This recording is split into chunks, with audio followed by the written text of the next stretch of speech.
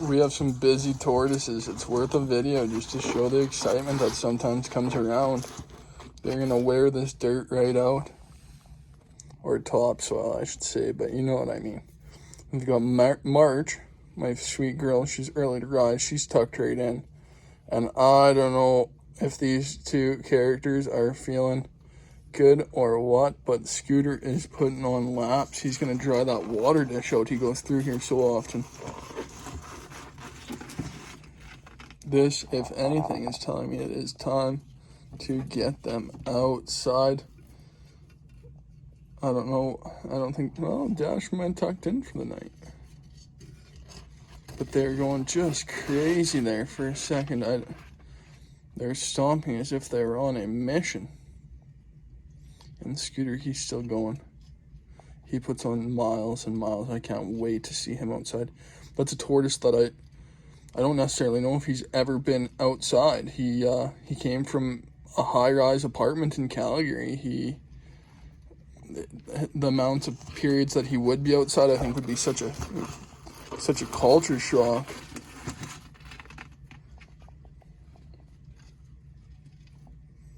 That to be put out on grass after being indoors all your life, that UV probably just hit him like, whoa.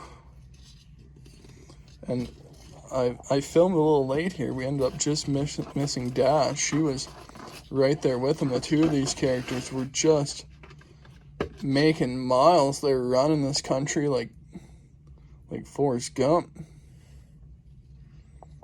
These two they are peas and carrots, Forrest and Jenny, just about. And Scooter, this is the importance of having space for a tortoise. When I see a full-grown adult tortoise on Kijiji, Canada, kept in a 18-inch by 36-inch space, or like even 2 feet by 4 feet, I just think to myself, how cruel and unusual is this punishment to make it live in a prison cell like that? My goodness.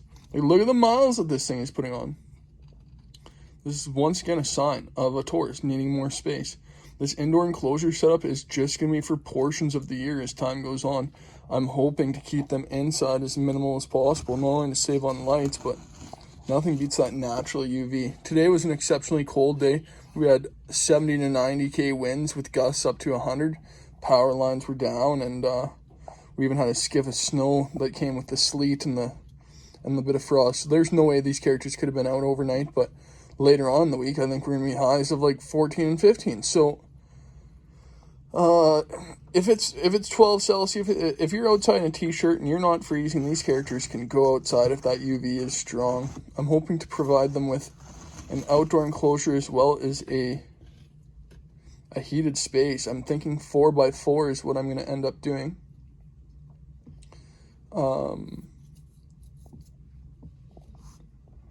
And that way I can create a insulated environment, a heated environment, as well as a safe space that they can just retreat to, that they won't be on top of one another.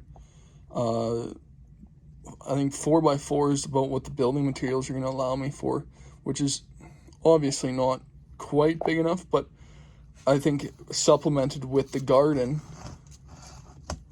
for these three, I think we'll be okay for, we'll call that prototype 1 of the tortoise build outdoor enclosure.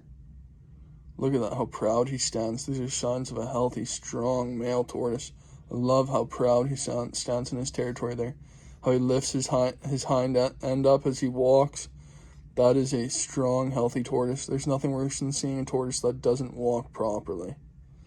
I'll be touching on topics of MBD, metabolic bone disease, pyramiding, soft shells, calcium deficiency, and other things in further coming videos. So thanks so much for tuning in and seeing Scooter's activity today.